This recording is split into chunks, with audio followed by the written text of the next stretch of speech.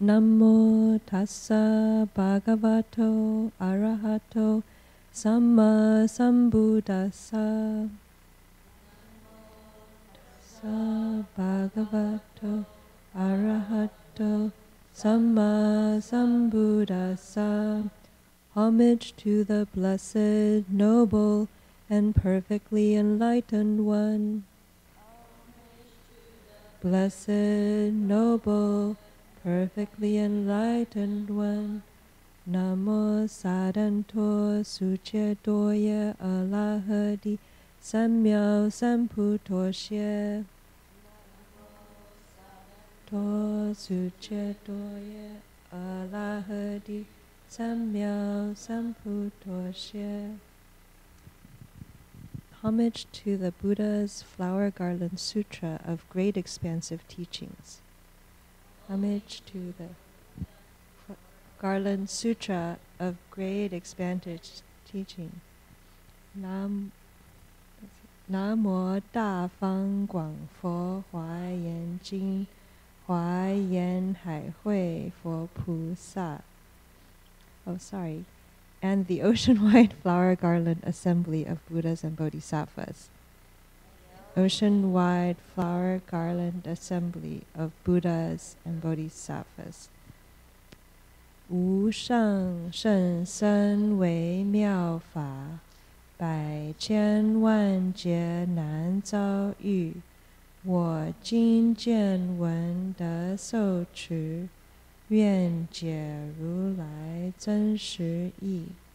The unsurpassed, deep, profound, subtle, wonderful Dharma in 100,000 million eons is difficult to encounter. Now that I've come to receive and hold it within my sight and hearing, I vow to fathom the thus come one's true and actual.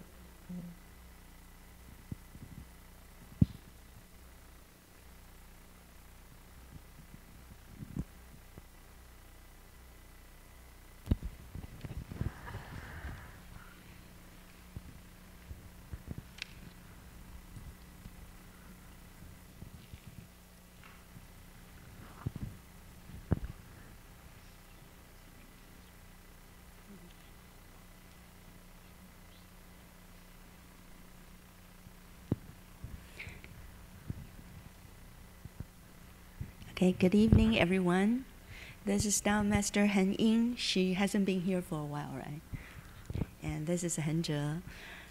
We are very happy to be here with you to investigate on the Flower Adornment Sutra, on the fourth ground, that of blazing wisdom. So, what is the characteristic of the fourth ground? Anybody? Bigger. The fourth ground is the foremost ground among the 10 that study lots of Dharma, right? How many of them? 37 practices, and each one lead to enlightenment.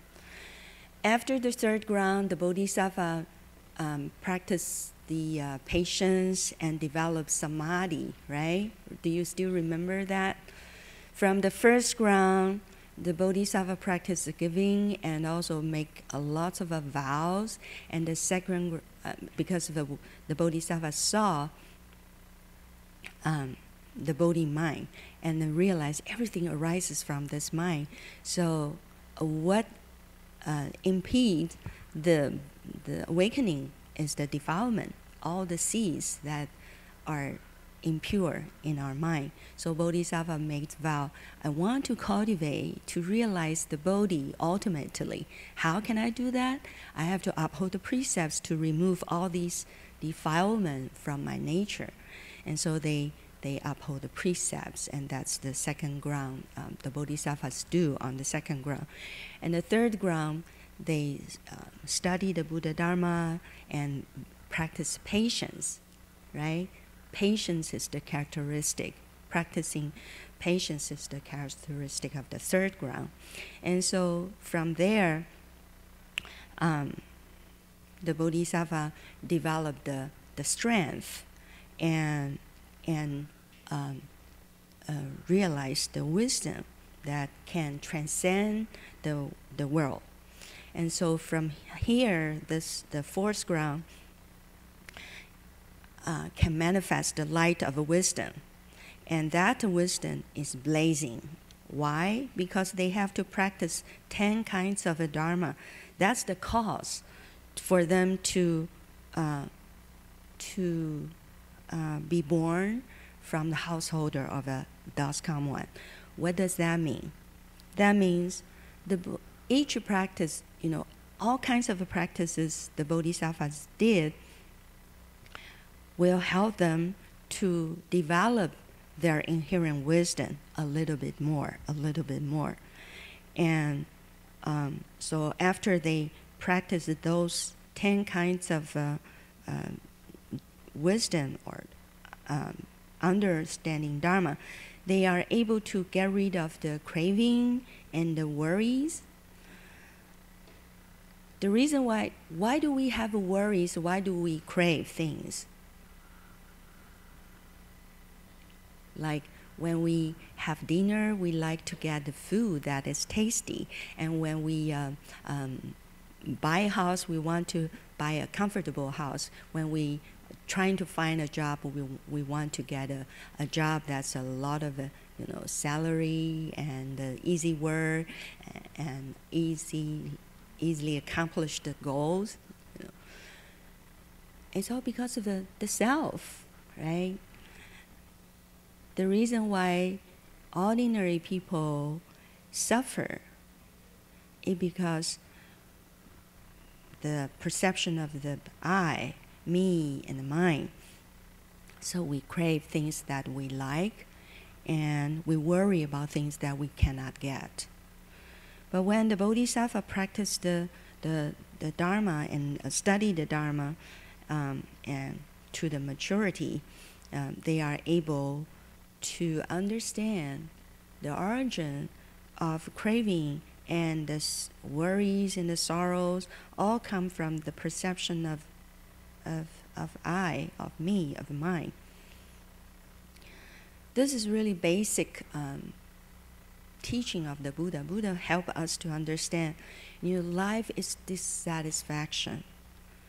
And what's the cause for this dissatisfaction? And lots of us, have to undergo the test of difficulties, the test of challenges, the test of suffering. Why? It's because we are deluded. We because of this, our delusion, we have desires. And then we did things, we thought about things, and we said things to satisfy those desires. So Buddha showed the way that he wanted us, he contemplated on the life. What was the cause for people to suffer? Not only people, but other kinds of beings. So he investigated, he contemplated, he realized there are causes, and then when you are able to remove all these causes for suffering, then you can restore the peace, restore happiness. Okay, so that's why on the fourth ground, the Bodhisattvas, all they practice, they learn, they practice those 37 practices. What's the first four? I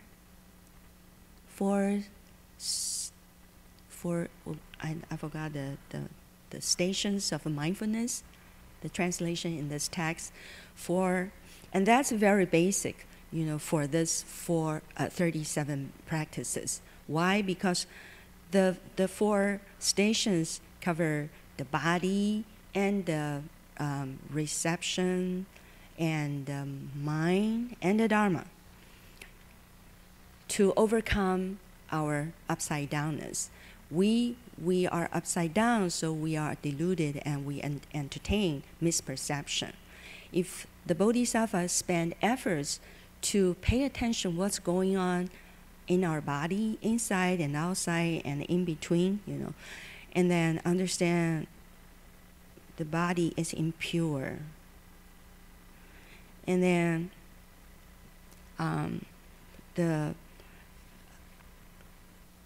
and the reception, the feelings, all the feelings, we think they are pleasant, we think that we gain or something, they can turn, they are the causes for suffering. And then contemplate the mind. Our mind, we cannot have our thoughts, our comments, our ideas never change. Our ideas, our thoughts, our comments constantly change according to the conditions. Our mind is not fixed. The first minute I like this person, the next minute I was upset by this person. The first day I was happy about something, but the next day I feel very sad about that thing. So our mind is also impermanent. So when you understand the mind is impermanent, what do? You don't have to, like something, or you don't have to dislike something.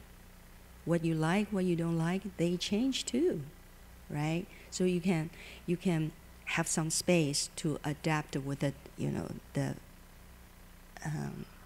flexibility.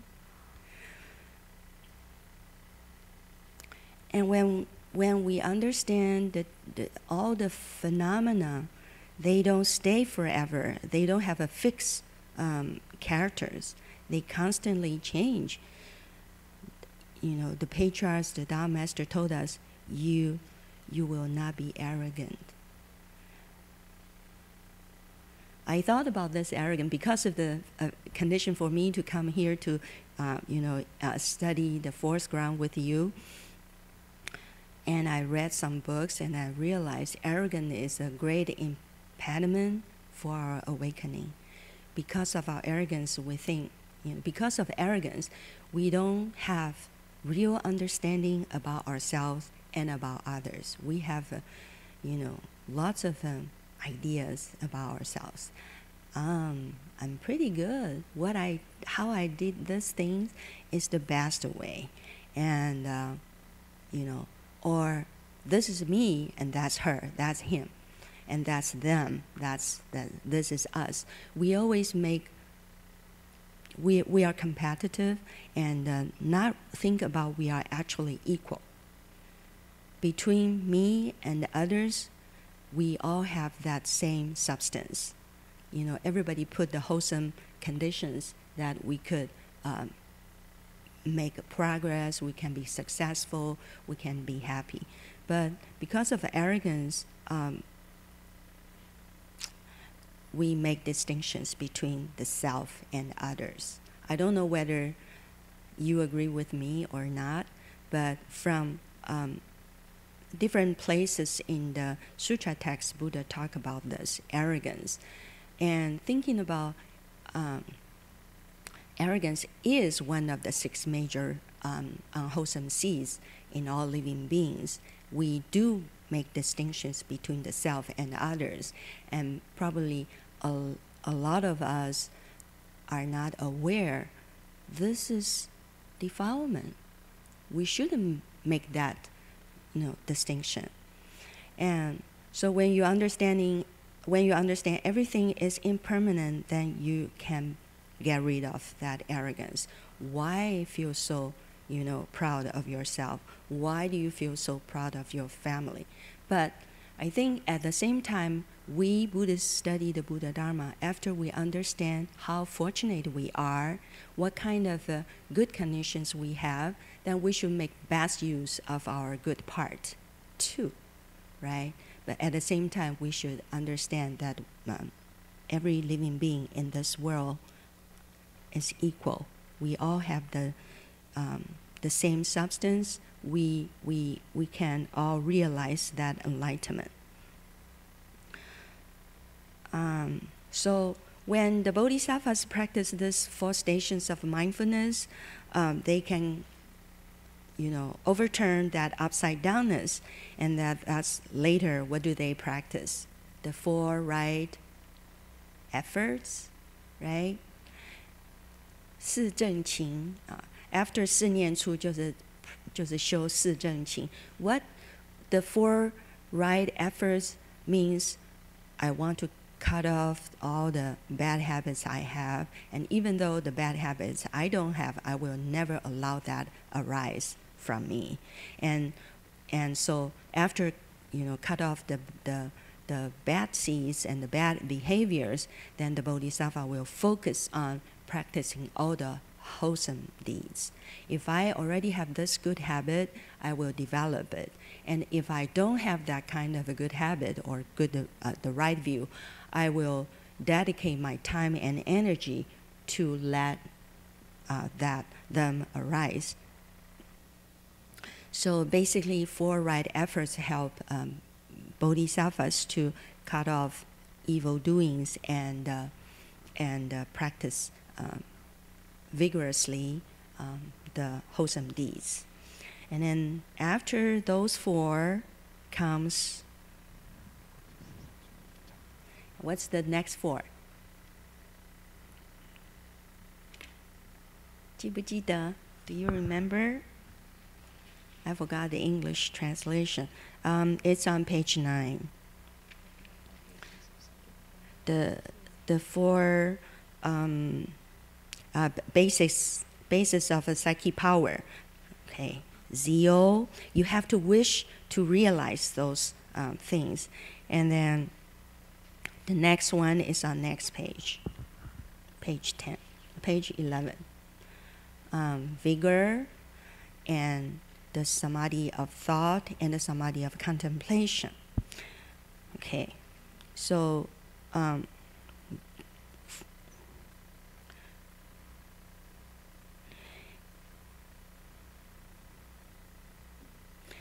basically those 4, in order to realize the 4 bases of psychic power, the bodhisattvas focus on the practice, on the dharma that the bodhisattva learn, and be vigorous, always, practice, never slack off. And then because of the bodhisattva, the minds of the bodhisattvas focus on that dharma and never forget that he wished to realize that. So focus at one point, never forget for a minute, for a second. And the last one is samadhi, okay, the contemplation, the samadhi of contemplation. So in the mind of the bodhisattvas, contemplate the dharma that he practiced and never forget. And because of those practices, the bodhisattva will have the 5 roots, okay, 心静念定慧. So faith and vigor and samadhi and wisdom. What's the translation? Mindfulness. Okay. So, and from the 5 roots will help a practitioner to give birth to the sagehood. So, we know for a tree has a very good root, then this tree can grow tall, go strong, and firm and straight. And that's how a bodhisattva, how it works on the bodhisattva path.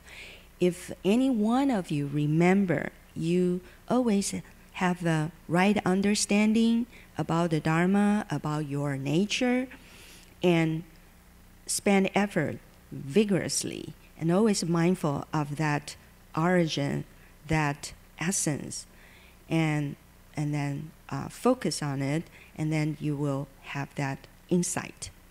And from those 5 elements, it can develop to the power, the strength. Like a tree has the root, then the tree has that strength to grow and stand still in the wind, in the flood, or other disaster.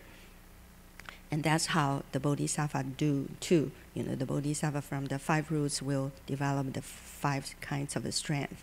And then that's the 7 Bodhi shares. In the commentary talking about the 7 Bodhi shares, on this stage, when the Bodhisattva practice along the way, when they practice this, they will be able to see the path. Okay, so that means they really realize much more than when they were on the first ground. And they will advance in the way by the noble path, the 8 noble path.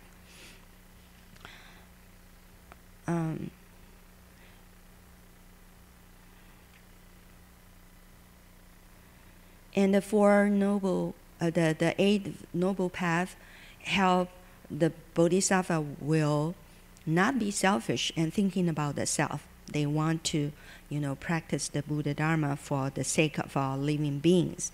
They will not forsake all living beings, so they will make vows and they will practice compassion and kindness and thinking about. That's on page 13. So they keeps the wisdom of omniscience in mind, so as to adorn Buddha lands and to realize Tathagata's powers.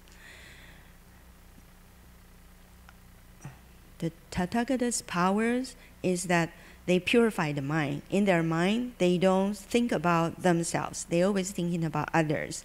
And they always want to realize other people's enlightenment. They always work on the enlightenment of others and one, so they have that powers to help all living beings.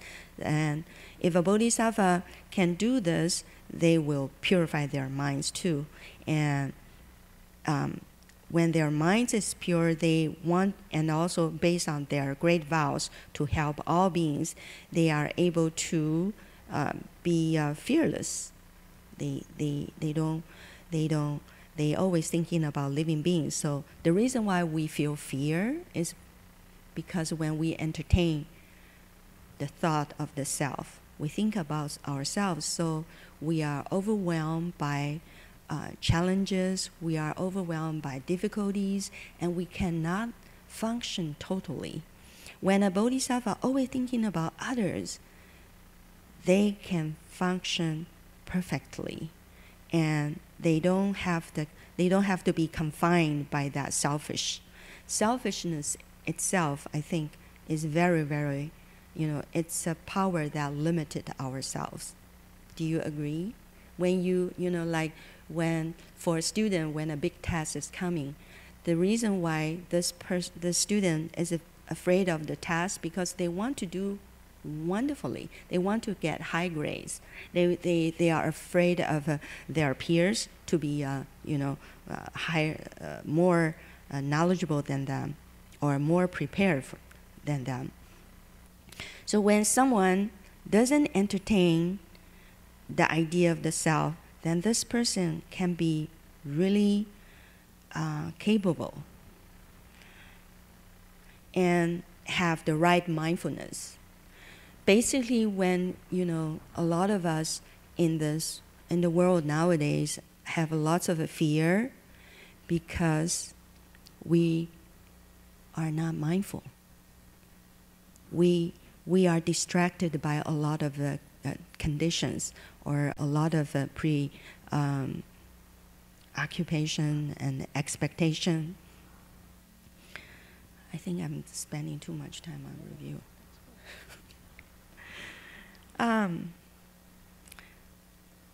Okay, so next thing, I think maybe it was the last week you talked about, when the Bodhisattva stays on the ground of a blazing wisdom, he makes all views of a body his primary consideration. I don't think this translation is right.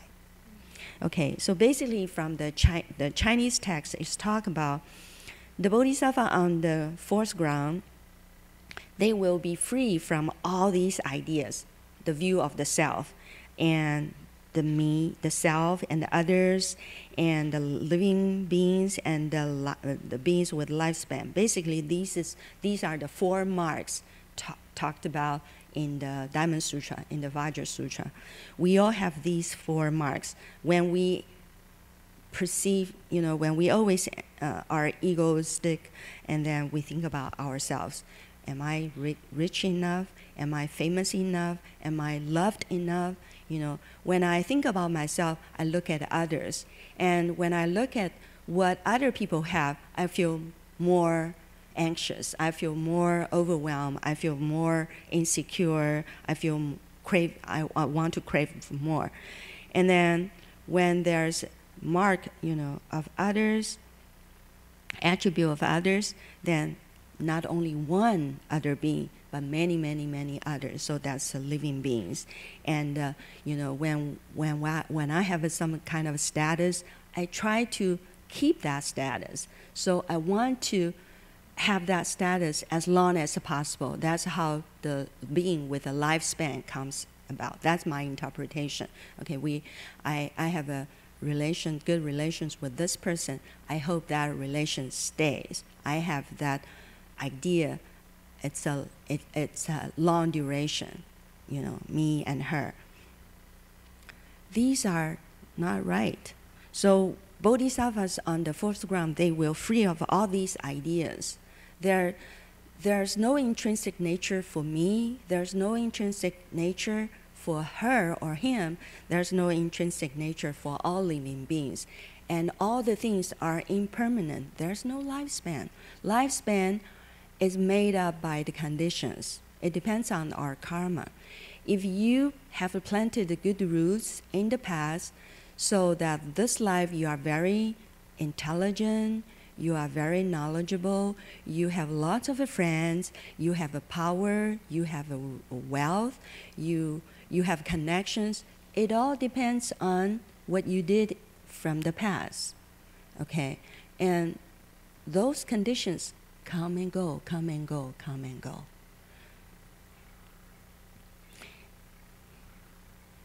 Does anybody have any questions? Is this boring? Yeah.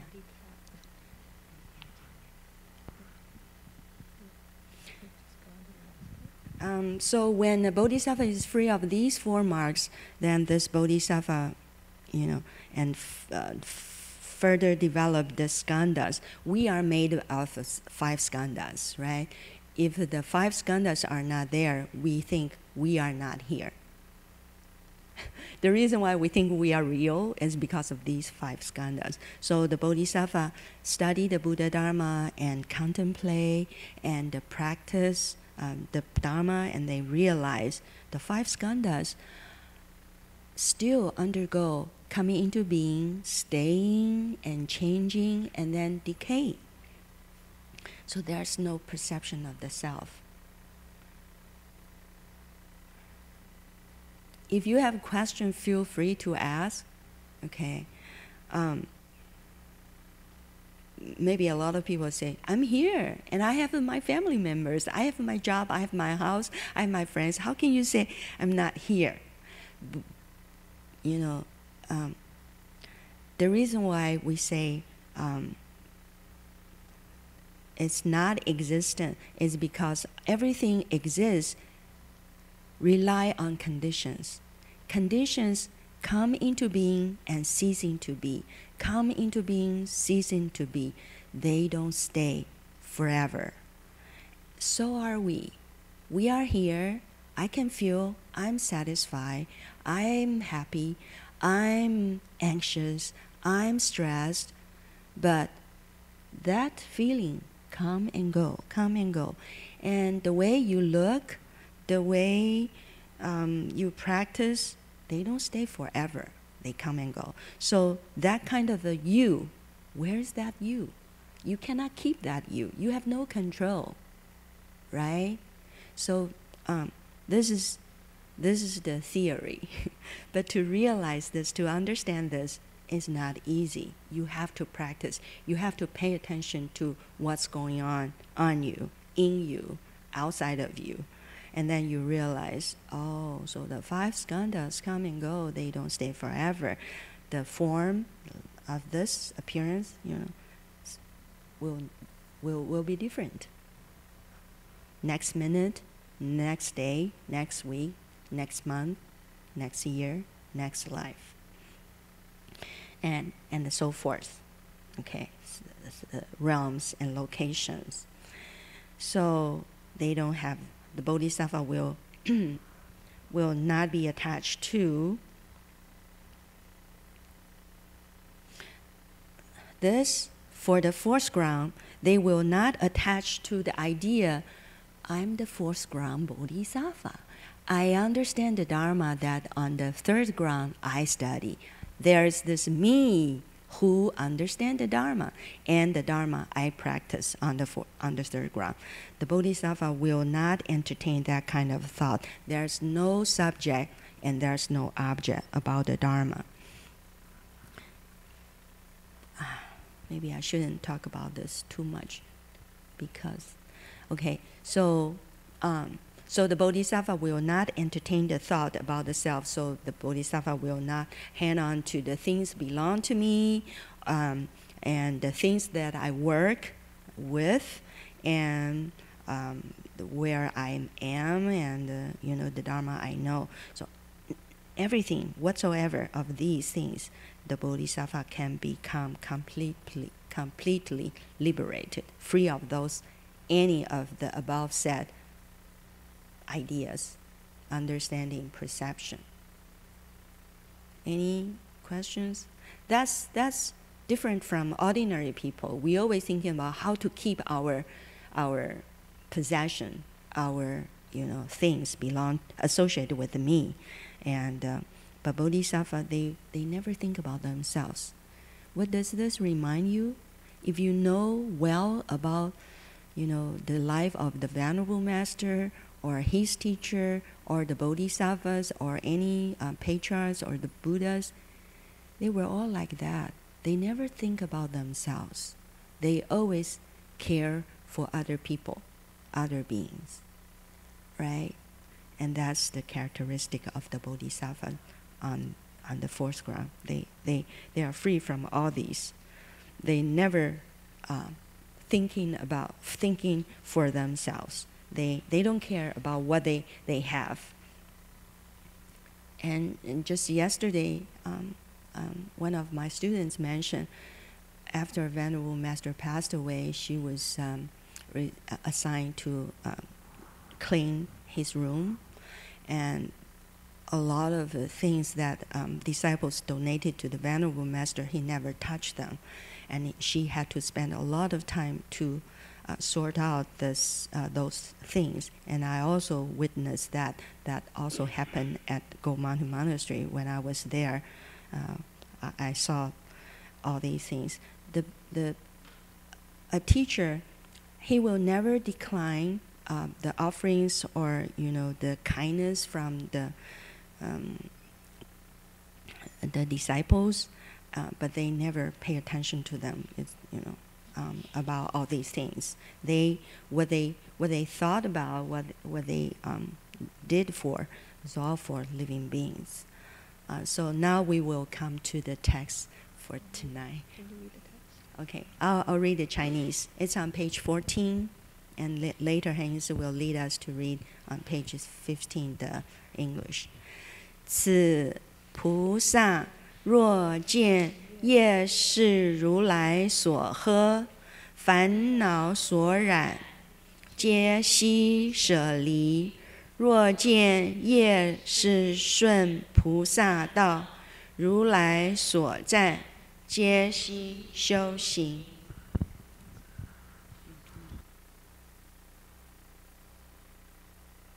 If this bodhisattva sees karmic actions that have been reproved by the Tathagata and are defiled by afflictions, he abandons those actions.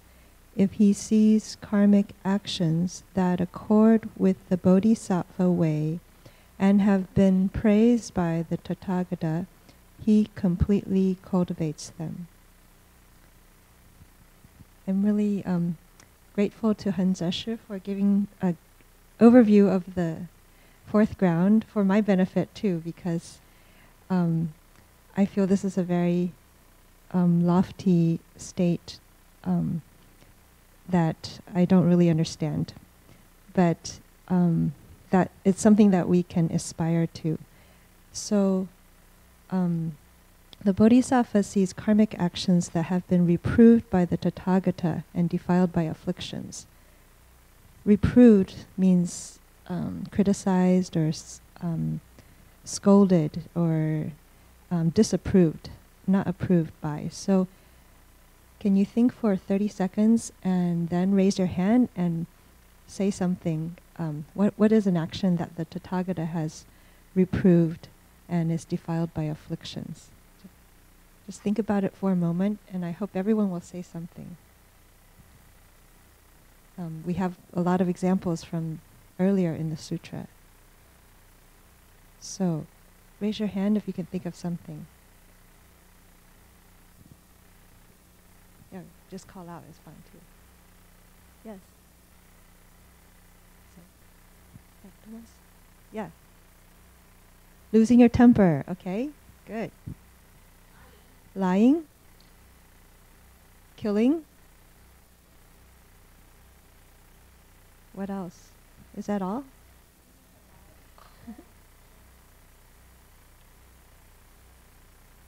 Bad thoughts? You can be more specific. What kind of bad thoughts?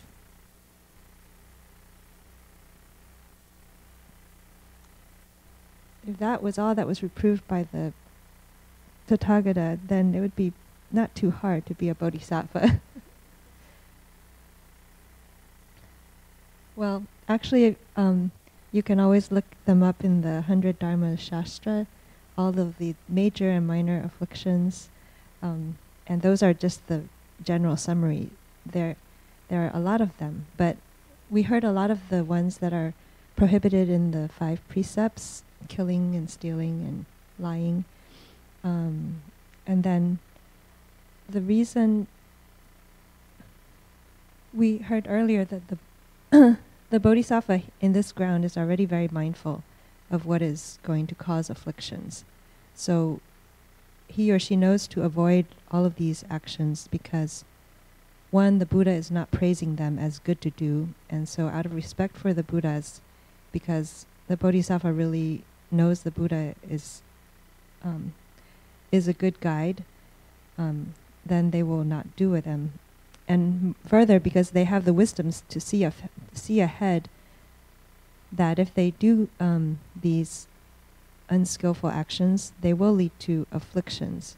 And when they get afflicted, for example, when they do lose their temper, pretty soon they get a bad reputation. And a bodhisattva is supposed to be helping living beings. But if you have a reputation of having a hot temper, how many living beings do you think you can help? Or if you're known as a liar or somebody who is selfish and has a lot of, jealous or arrogant thoughts, then that kind of person may not be able to help too many people because they will not be respected. So the bodhisattva sees that and avoids those actions. Secondly, if he sees karmic actions that accord with the bodhisattva way and that are praised by the Tathagata, he cultivates them because he knows that these will not lead to afflictions. They will maintain him in good standing with living beings so that he is able to help them. So these two general things already help to make the bodhisattva different from ordinary people, because the bodhisattva avoids all of afflictions, and then also is according with the Bodhisattva way. In the consciousness only, it says that the fourth ground is also where the Bodhisattva accomplishes the first fruit of arhatship. But you can see that this Bodhisattva's mind and resolve are already so vast compared to someone who's cultivating the lesser vehicle. Because of his great compassion, his vows, and his not renouncing all living beings, which powers his cultivation, and his aspiration to actually attain the Buddha's wisdom and powers, fearlessness and hallmarks and so forth. So then,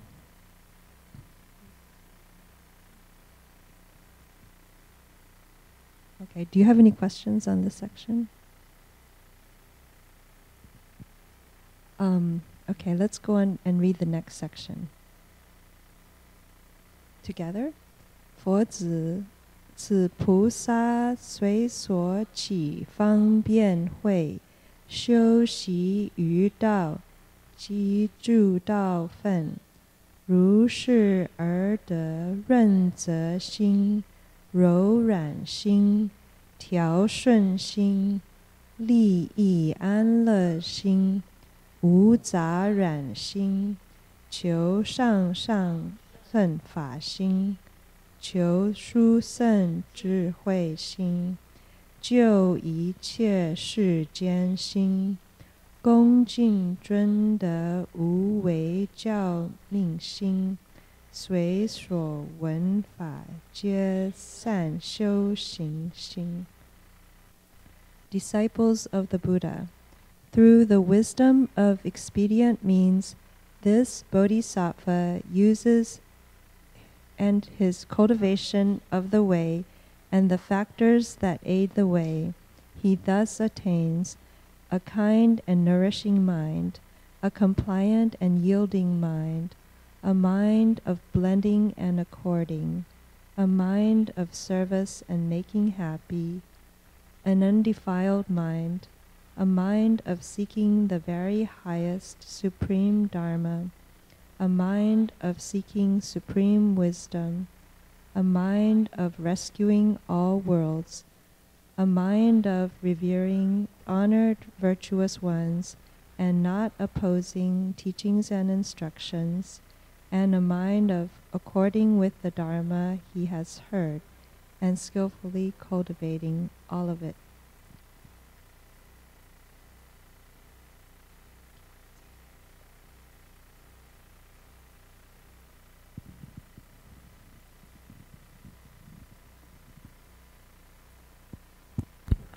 Okay, so the wisdom of expedient means this Bodhisattva uses is from the practices of the above 37 kinds, not for sake of all living beings. So the Bodhisattva has attained that insight, how to be skillfully to help all living beings.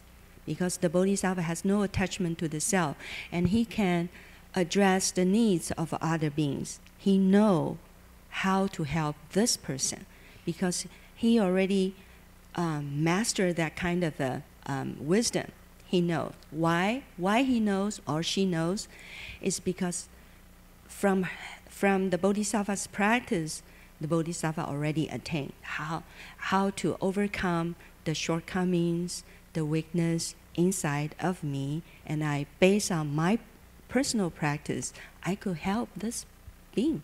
This being was overwhelmed by the relations, or overwhelmed by the work, or overwhelmed by the conditions in the world. This Bodhisattva could very expediently use his knowledge to help each different being. Yes?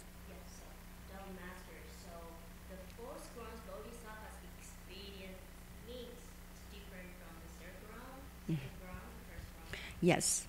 Why? Because when they have a certain kind of achievement, they have that attachment.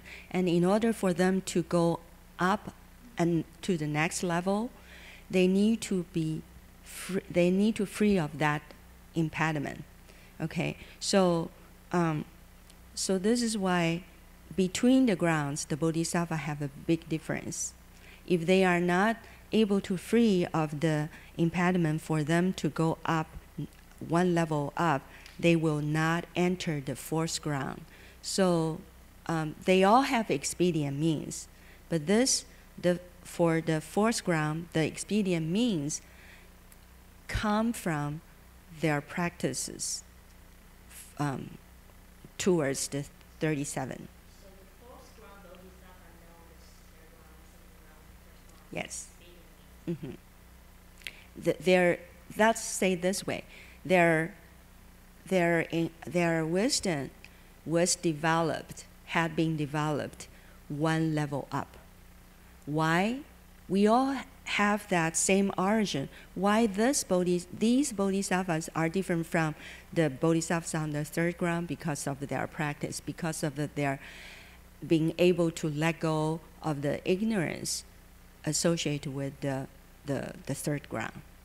The third ground has the attachment to the Dharma. The joy arises from the Dharma they understand. They feel very happy, But then now they free of the upside down thoughts, and they have the vigor, and they practice.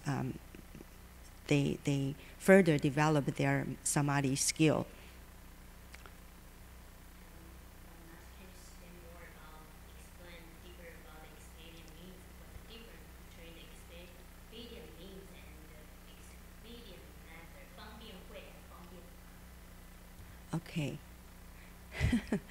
方便法, 全法, provisional expedient means, in the reality, there's no Dharma at all. There's nothing, no differentiation. And so when someone use the inherent nature to address to the reality, they don't differentiate, right? But bodhisattva, how shall I say, in order to help beings in the conditioned realm, they have to use expediences to help them in their particular conditions. So that's why they need to use expedient means. But when those beings cultivate and realize the origin, they don't need, bodhisattva don't have to use all these expedient means. Expedient dharma means they are not real, because in the reality, there's no differentiation between this being and that being, this dharma, this phenomenon, that phenomenon. There's no differentiation in the reality. But we are in the conditioned realm. We need conditioned dharma, like we need love from our parents. We need support from our fellow workers. We need the support from the society. Those are kind of expedient means for those ordinary people to move on. But the bodhisattvas, they already been there. They know all these come and go. They don't last long. They don't have an intrinsic nature. So they already realize that they don't need this, because they understand nothing stays forever. But for the ordinary people, we don't have that wisdom. So we need the expedient dharma. And how would the bodhisattva be able to use those different dharmas for different beings? Is based on their wisdom, and that wisdom addressed to a particular being, so it's called expedient wisdom. Is that okay?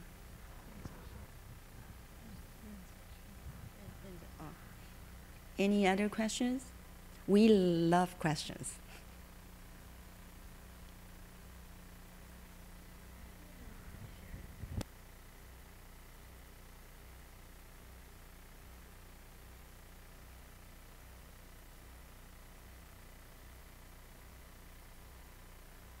Is it speaking for them to practice or for the wrong in the human? I kind of confused because even though I know Master Xun Lao Hozan, he's in eighth ground. So he was born eighth ground. He was born. He was born. Oh, okay. So this basically is for Bodhisattva's guideline, but for us it's like get the idea. You could say that. I mean, we know the story of the Avatamsaka. It was spoken by the Dharma body of the Buddha when he was first awakened to the great bodhisattvas, and the Shravaka, ordinary people who were disciples, didn't hear it, even the Shravakas. And later it was taken to the Dragon Palace to await until some 600 years later, Nagarjuna went to memorize, a short version of it, and then brought it to the world. And then he brought it to the world. Maybe we are not more advanced than the Buddha's time, those disciples, but somehow we have the conditions to be able to hear it. And I just want to share with you something the Venerable Master was saying about sutras, because one of our practices, besides studying the sutras, to recite the sutra, and we may not understand what we are reciting. So this passage from the Heart Sutra commentary of the Venerable Master, he was talking just what is a sutra. It is a path. It's a path that you have to pass through in cultivation. And if you want to cultivate, you have to move along that path. So path is one of the definitions of sutra. And then he was being a little humorous. What is the benefit of reciting sutras? Reciting sutras doesn't yield any benefits. You waste a lot of time and energy to recite a sutra. You could say the same for studying a sutra if it seems like so high that it's very hard for us to apply it. But you read it from beginning to end, waste your energy and time, but you don't see any return. Ah, cultivators, don't be so stupid. The benefits which you can see are not real. All appearances are empty and false. So don't search for benefits. Recite the sutra once, and your nature is cleaned once. When you recite the sutra, you have the feeling you understand a little more of it. Recite it 2 or 3 times, and each time you understand a little more. It helps the wisdom of your own nature to grow. And also, each time you recite, your afflictions decrease. And it isn't even necessary for everyone to know the language the sutra is recited in, but being able to read the sutra or not, everyone should recite it together.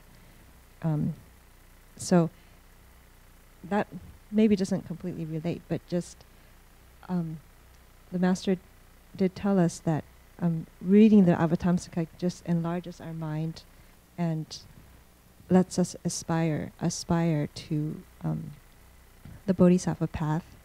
And as long as we can aspire to it, one day we will get there. So I heard somebody mention that every time she heard some dharmas, she felt it's kind of a review. So when you ask, I don't know for why do we study the 10th ground, sections. Is it the 10th ground for the bodhisattvas or for us? You don't know who you were, right? Maybe you have been as a 4th ground bodhisattva and you forgot. So now you could be, you could say, oh, I'm also reviewing all these. They seem so familiar. It seems that I already practiced this for a long time, and now I hear it again. I feel so, used to this, and I feel kind of familiar with the dharmas.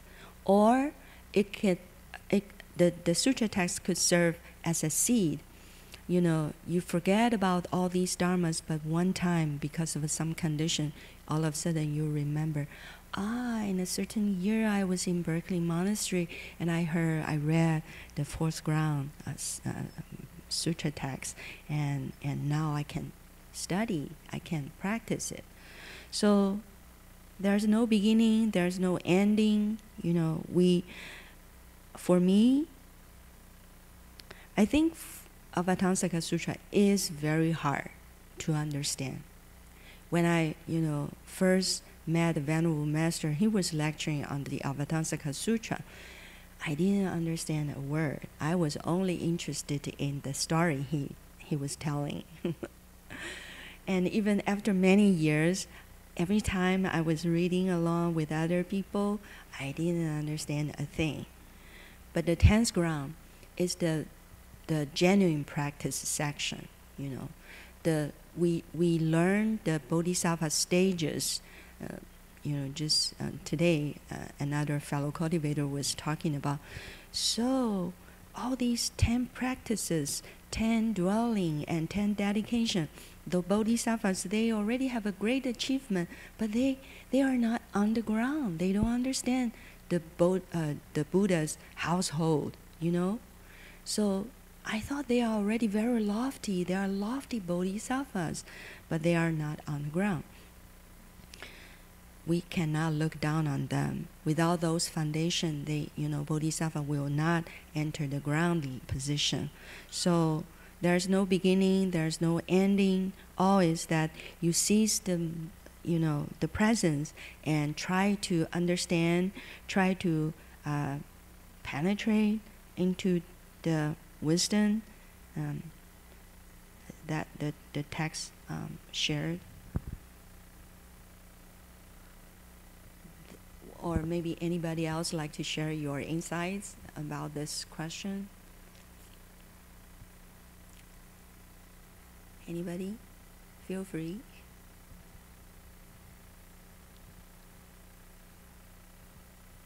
Don't feel overwhelmed, okay? Oh, that's too, actually talking about the Noble Eightfold Path, on the fourth ground, the Bodhisattva practice these.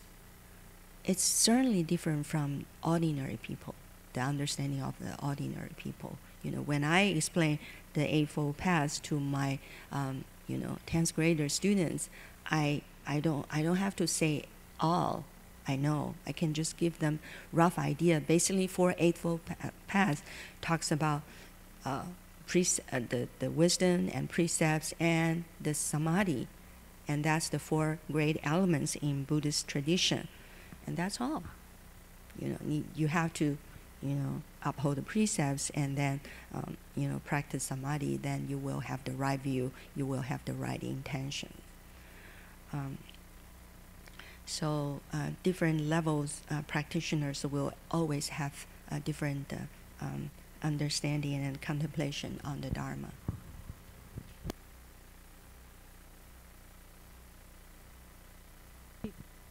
If we look at the next 10 minds, those are, I think, you can relate to them. Regardless if you're a fourth ground bodhisattva or an ordinary person. The first one is a kind and nourishing mind. And this is kind of like the general topic of all these 10 minds. And through the cultivation, you start to, your nature gets nourished. And when you're nourished, since you have gained benefit from that cultivation, you respect others who are cultivating, and especially those at higher states. And it causes you to want to, it nourishes your mind for cultivating. And also because a bodhisattva is practicing on behalf of living beings, that's their whole point of practicing, is not just for self-liberation, but on behalf of all living beings. So this nourishment encompasses all those beings, and it enhances their caring, their concern for living beings. And I'll just share a small example of, maybe you could say it's an ordinary person, we don't know. I just read about this celebrity cook, and also he owns restaurants, and he has a culinary show, I think. His name is Tom Colicchio, and he's in New York. And he has, besides, cooking at fancy restaurants and, doing a lot of gourmet food, really good food, he's also been working to combat hunger in the United States for 25 years because it's kind of a shameful fact that 50 million Americans are food insecure. That means that they are not sure where their next meal may come from. And maybe a lot of people have the concept that, oh, if you're on food stamps, that's you're on welfare, and that means that you don't have a job. You're relying on others' handouts. But actually, 40% of the people on food stamps are employed. It's just that their work doesn't cover. They can't make ends meet on what they earn. And also, the food stamps only provide $1.40 per meal. So it's really not enough to have a healthy meal. And so that's why there's this really strange phenomena in the United States called stuffed but starving. You see a lot of obese people that actually are, you would think, oh, they just eat too much, they're well off, but actually they're very poor. And because they can't afford anything but fast food, which is sugary and highly processed and has really little nutrition in it, that's what they take. So there's a soaring obesity among some of the hungriest Americans. And this guy, Tom Colicchio, has been working. First, he started out with more charity, holding, big, giving away food and so forth. But then he realized it's really a systemic problem, that we really need to change the politics and change the way where subsidies are going. Instead of going for, corn and soy products that go to make fast food, subsidies could go for fresh fruit and vegetables and whole foods. And those could then become as affordable as processed foods. That's what he's trying to do. And he just, actually today, it's his documentary called A Place at the Table is premiering. And he's suggesting that if we just invested $20 billion to end hunger in the U.S., it could end up saving over $100 billion in the costs related to treating obesity-related diseases. So it's just a small example of somebody working on a problem that's kind of showing the care and concern for other living beings based on nourishment. And so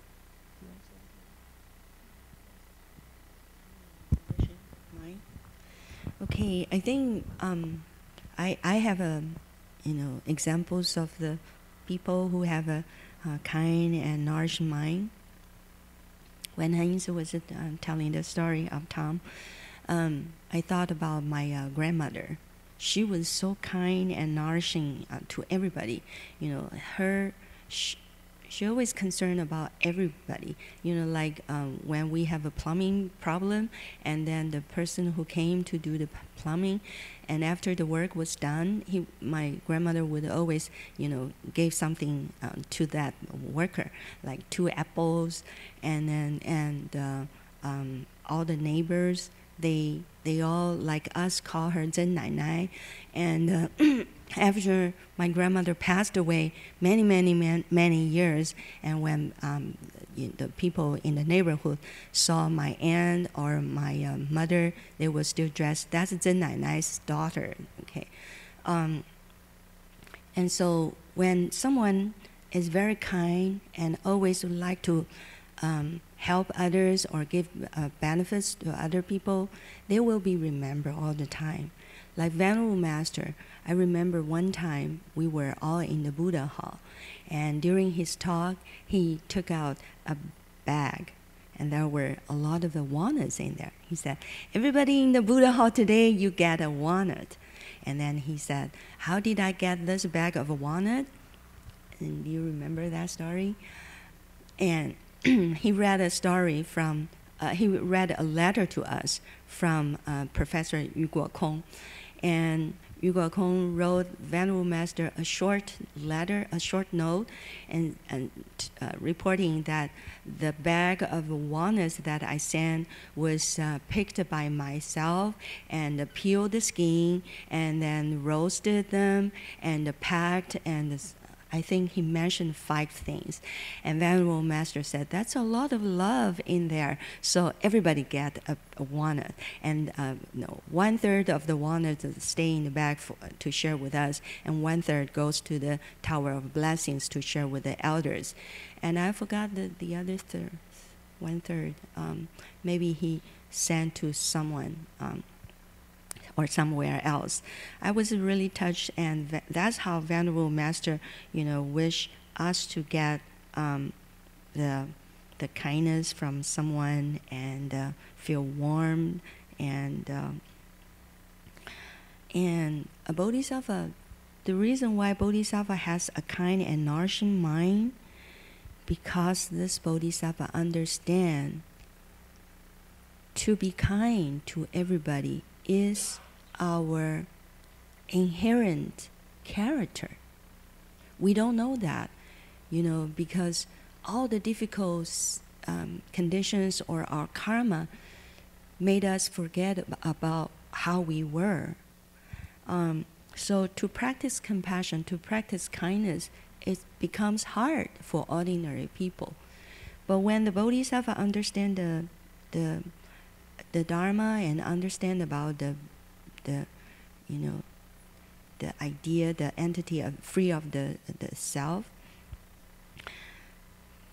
the Bodhisattva will naturally be kind to every beings. Why? Because we are all related. We are all connected. I don't want to hurt your feeling. The reason why I could be ignorant about your feelings or about your needs is because I focus too much on myself, on my own feelings, on my needs. I think, I always entertain the thought, and that's the priority, so I cannot be kind to others, to more beings, to more people, okay, to my enemies, to strangers, to foreigners. So we are conditioned, but we don't know that's how we were. And the Bodhisattva want to not be just kind, but nourishing means I want to nourish your true identity. I want to bring forth that right essence of you. It's there in you. I don't have to spend too much effort. All I have to do is motivate you and to let you see, like why Buddha came into the world. He want to 开示悟入, he want to, how do you say 开示悟入? To instruct you, to give you instructions about that nature inherent in you, and show you, and then help you to be awakened to that nature. And then you enter that origin, you enter that compassion, that kindness. Basically, that's the idea. So, when we understand how we were, or how we have been, how we are now, you will not feel so surprised why Bodhisattva can be kind and nourishing. Does that make sense? I don't know. I hope that makes sense, and you will remember next time to be kind to someone is not difficult, as long as you are able to forget about yourselves. That's hard for me. I'm ashamed to talk about this. So the next one is the 柔软心, a compliant and yielding mind, or literally a soft or gentle mind. And I just want to share a quick story that happened this week in the school.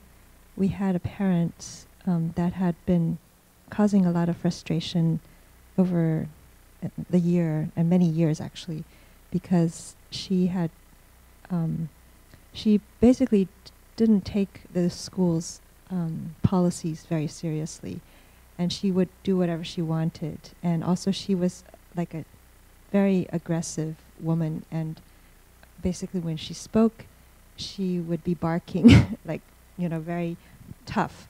So I had never really met her because she came in, her children came in kindergarten, and I didn't have to have a formal interview the way we do with older children. So, but over the years, the teachers had been complaining about her, and it had gotten where she had taken them out of school for weeks at a time to go on personal vacations, and they came late every day, missing the first period of class, and they didn't wear their uniform, and so on. So finally, and then also she wouldn't come for parent-teacher conferences, and she would not pick up her phone if we tried to call her if her children needed someone to pick them up. So finally, I decided to write a letter documenting all of these things, just facts, and also our policies. And it was a 2-page letter. And then that brought her in storming. And she wanted to have a meeting that week with us. So the core teacher and myself and the secretary, who had been scolded many times by her, we were all kind of nervous. But I said, well, we just want to communicate and work things out, and we don't need to be nervous. So when she started the conversation, and she was shaking the letter in her hand, and she says, "You guys are lying. This is all false. Where's the data?" and so forth. And then we started debating about the uniform policy. She was saying the uniform policy is very unfair, and the uniforms are too expensive. She had just bought $150 ski jackets for her kids, and she said, "I don't have any more money to buy your uniform. And anyways, they're almost the same color. They're black, and yours are blue. We could just let them wear that." So both myself and the core teacher, we both looked very calm to each other. We compared notes after the meeting, and she said, "You were very calm." And I said, "No, you were very calm. My heart was pounding, and I was getting heated up in my mind." And actually, the meeting started out a little bit contentious because we were just debating all of these things, and I was trying to explain our policies, and she was challenging them. And the teacher was also saying, "That's not actually true, and I have the data here." And she says, "Well, show me." I said, "Well, the attendance data." Finally, I just decided to take another tack, and I said, "Well, it looks like we've had some misunderstandings in the past, but the main thing that is we're here to help your 2 children. And we know that you must appreciate our school because they've been here for 6 years, and we want the best for your children. We have nothing against them. We would like them to stay. But we would need your cooperation, because and it sounds like you have some difficulties, whether they're financial or, understanding our policies. Could we just communicate and work together from now on?" So just that, saying, let's forget the past and work on the future, and we understand you have difficulties, and we're open to communicate and work things out. And then she completely softened, and by the end, she was just like a little pussycat. And we were both really relieved after the 40-minute meeting. And then later, the secretary came and said that after we had left, she had even gone and apologized to the secretary and offered to pay tuition for another kid in the class that was not able to pay tuition. So, she just completely changed. And it taught me a lot about how to, just not argue about rights and wrongs. It doesn't really matter, but just to kind of see something in the other person and put yourself in their shoes, and at the same time explain our difficulties and our parts. So I just wanted to share that. Okay, so from Heinz's story, you could tell that if the core teacher and the secretary and the principal, 3 of them treat this issue like personal, and pointing fingers to the parent, to the daughter, and then the things will be different. Why? Because there's this self, the perception of the self. Remember, the 4th ground, the bodhisattvas, they are free of the view of the self. They don't have the self, and so that's why to be compliant and yielding is the characteristics of those who are free of the self. You can always be compliant to the conditions and presenting the facts and not make comparison. A lot of time, suggestions or advices are not well taken is because there's always comparison. Look at you, look at him, look at others, and then those people say, they don't want to acknowledge I'm bad, I'm worse. So if how can we really practice this mind? When you try to give suggestions, you have to think from this person's point of view, from this person's background.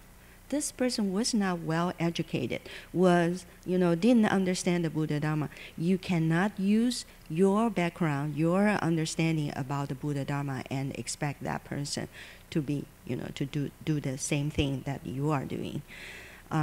This is hard because most of the time we are thinking about, we are entertaining our own perspective. We cannot think from other people's angle. So, and the bodhisattvas on the fourth ground, their practice are really lofty. They realize the Dharma, so they can easily adapt the Dharma in their life and dealing with other people. Okay, this is the difference. So, and for ordinary people, since we don't realize that Dharma, we only study the Dharma, we heard about the Dharma, we understand the Dharma a little bit, but we don't really, truly see. So maybe we will fail for one time, and the next time, and the third time, and the fourth time, many, many times, until finally we realize it. So as long as you don't forget about this mind, to be compliant and yielding, you can always try again and again and never give up. Never say, okay, that's the job of the fourth ground, not me.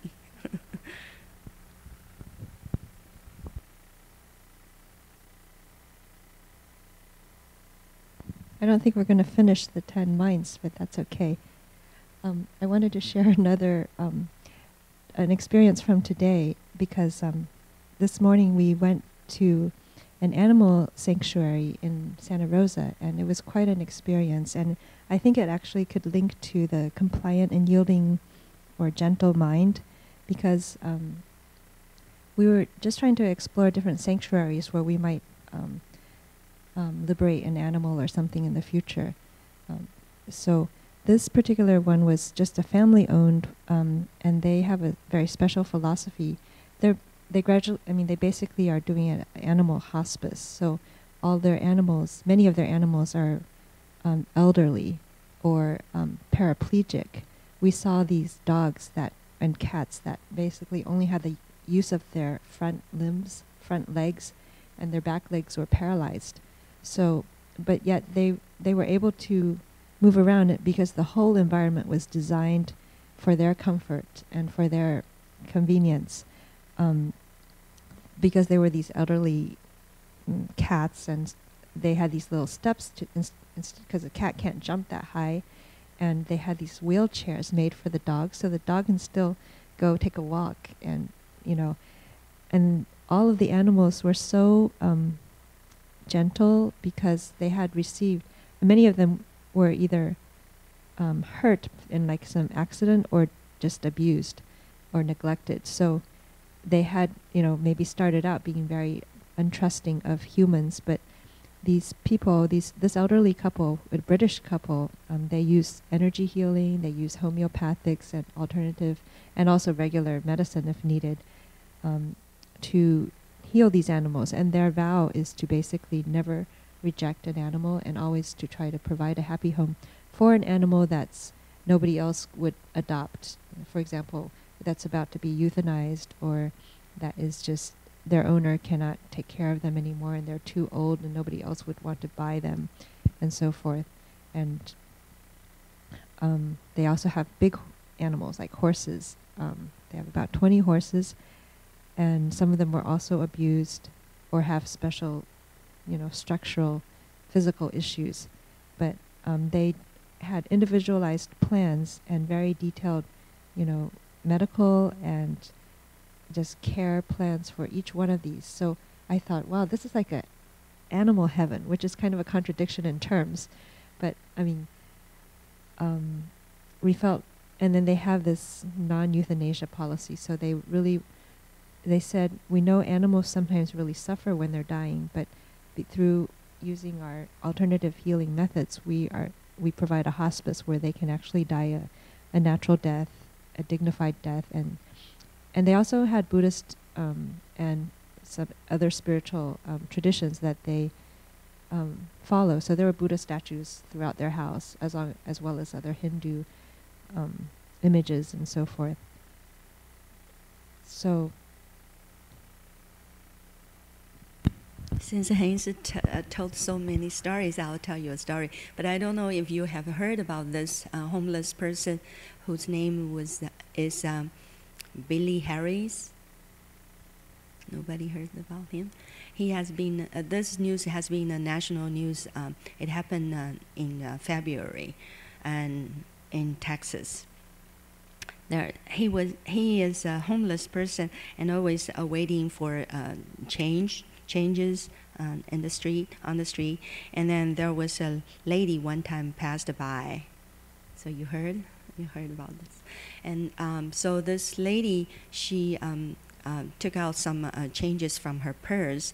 And then after a day, she realized that her engagement ring was gone. And usually what she did was that when the ring, she didn't feel comfortable with the ring, she would take it off and put it in the purse. So she went back to that homeless person and asked him, said, do you know me? And this homeless person told him, there were a lot of people passing by every day. I don't know, I don't remember you. And she said, I lost my ring. And they said, okay, I have been waiting for you. Okay, so I've been waiting for you, and that, he gave back that engagement ring, and he still had that ring, okay, with him. And so, this woman was really touched. So she went back next time with her husband, and they really appreciate this honest deed, and so she gave him all the money she had, like $40 or $60, and so their friends, a website designer, heard about this and put it on a website, and then later became, spread out, and the CNN also reported on this one. And what happened to this person? Because the website designer was really touched by this honest deed, by this honest man. And so he was trying to help this person and try to start a project. And he was thinking maybe in 3 months we can help to raise like $1,000 for this homeless person to reward him. And then within few days, $16,000 came to a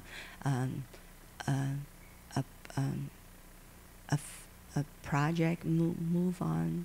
I forgot the name, because there was a website for donations, and so lots of people heard about this homeless person. He didn't have much; he had very little, but he was so thoughtful and so understanding, And so, what's the future of this person?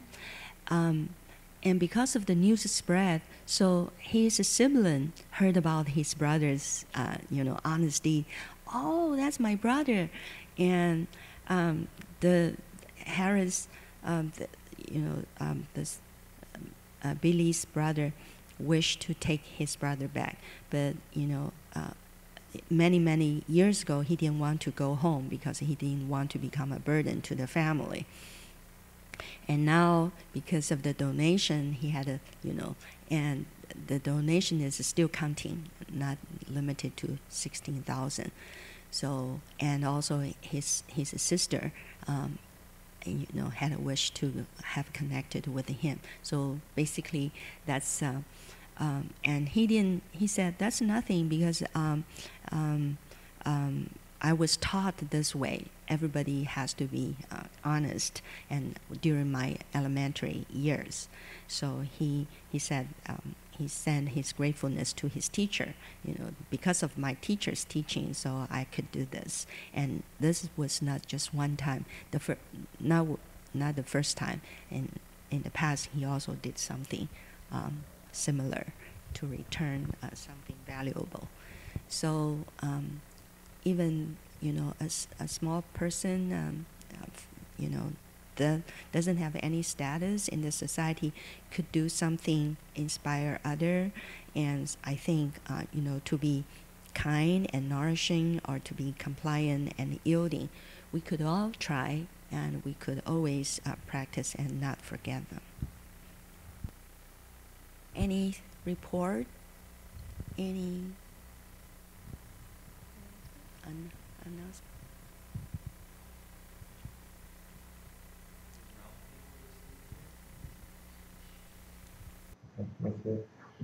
Roundtable is Thursday. Yeah.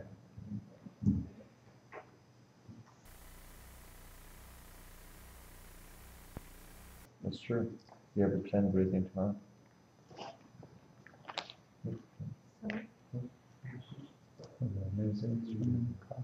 Oh yeah, Dharma 2 minutes next week? Dharma this week? Tomorrow we have a walking and recitation from 7:30 a.m. to 4:45 p.m. Tomorrow. Tomorrow. Great time to practice vigor. And then Madalena's class is also next week. Yeah, next Saturday. Next Saturday. Madalena will continue the Dharma Sutta class, but next Saturday we'll emphasize on how to do the Buddha recitation for the patient and the deceased person. That's Saturday 2 to 4. Please come.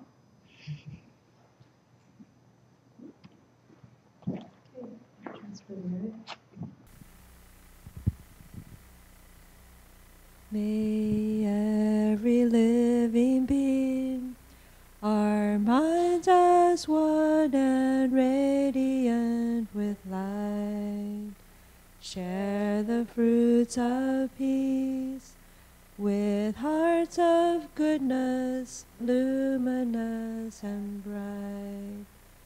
If people hear and see how hands and hearts can find in giving unity, may their minds awake to great compassion, wisdom, and to joy. May kindness find reward. May all who sorrow leave their grief and pain.